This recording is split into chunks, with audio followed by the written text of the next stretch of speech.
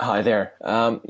Living in Toronto has its pros and cons, and one of the good things is that real estate market is very strong here, and we've been experiencing decent appreciation over the many years.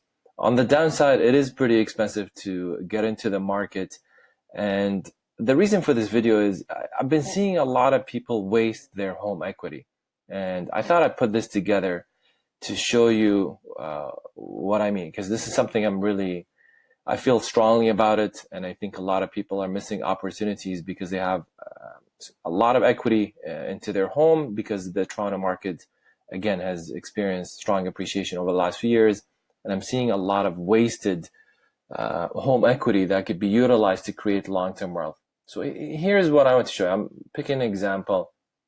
Let's say you live in $1 million home. Could be high end, maybe a 2-bedroom condo or a semi-detached that we've owned for a couple of years. But let's just call it's worth $1 million. You have a mortgage of 650K. Now, just to back up, the bank or the lender will give you access up to 80% of your home value. So in this case, if your home is worth $1 million, you have a 650K, technically you should be able to get a home equity line of credit, a HELOC of 150K. So 150 plus 650 gives you the 800, which is 80% of your home value. 20% equity is locked. You can't touch that. Now, this is where I see the missed opportunity for a lot of homeowners. In this case, I'm looking at the 150K being pulled out, used as a 20% down payment for a 600K condo. And that puts you in this 1-bedroom space in the downtown core. So south of Bloor, between Dufferin, DVP, down to the lake. So if you put 20%, so that's 120K, and you set 30K for closing costs, so that's your 150 that you pulled out of your house or your home. That gives you your 20% down payment. You got a 480K mortgage, and then you got a rental income coming in. This is the beauty of real estate, time. Now, in 3 to 5 years, at 3% appreciation on this condo, your equity position will double from 120 to 246. So that's strictly by appreciation, again at 3%, and then mortgage pay down. As you pay down this mortgage, you build an equity. This 120 in 5 years time frame will double. You'll be at 246.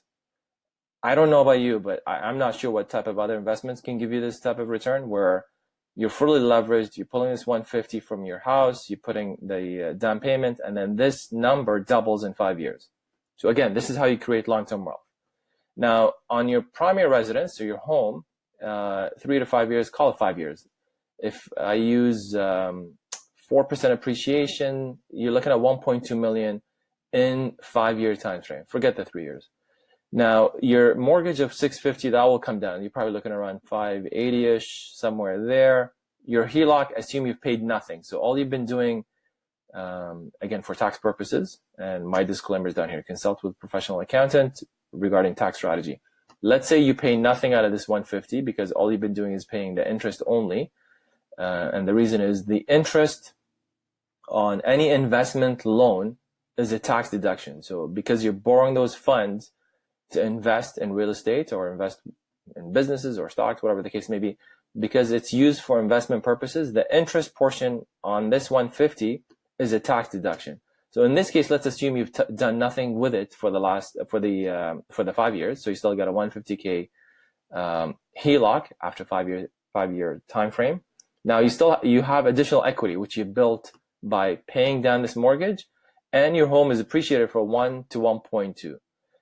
And this is where the rinse and recycle strategy comes in. So this is where you can pull the additional equity, buy your second investment, and off you go.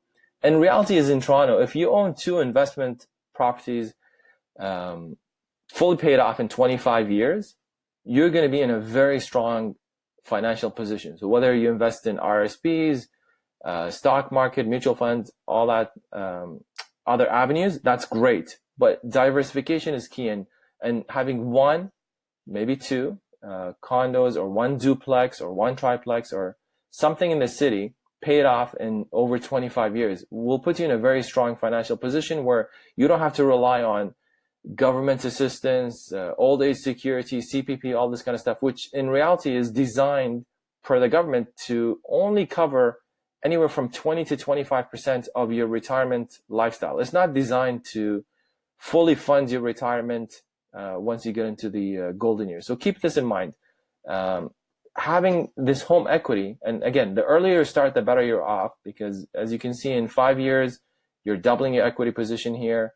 And if you do it again after 5 years, you're going to double this equity position. And then if you pay off these two investments over 25 years, you're going to have probably, I would say, over $2 million of real estate that you can decide at that time whether, keep one, sell both, whatever the case may be, depends on your financial situation. But you'll be in a strong position to decide what to do with those, one or two investment properties down the line.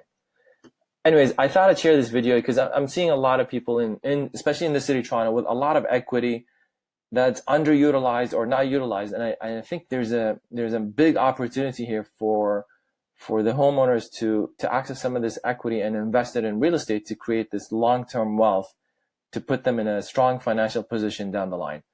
If you have any questions, please feel free to reach out. This is something that I personally do with my portfolio, and I'd be more than happy to discuss with you. Thanks so much, and I'll talk to you soon.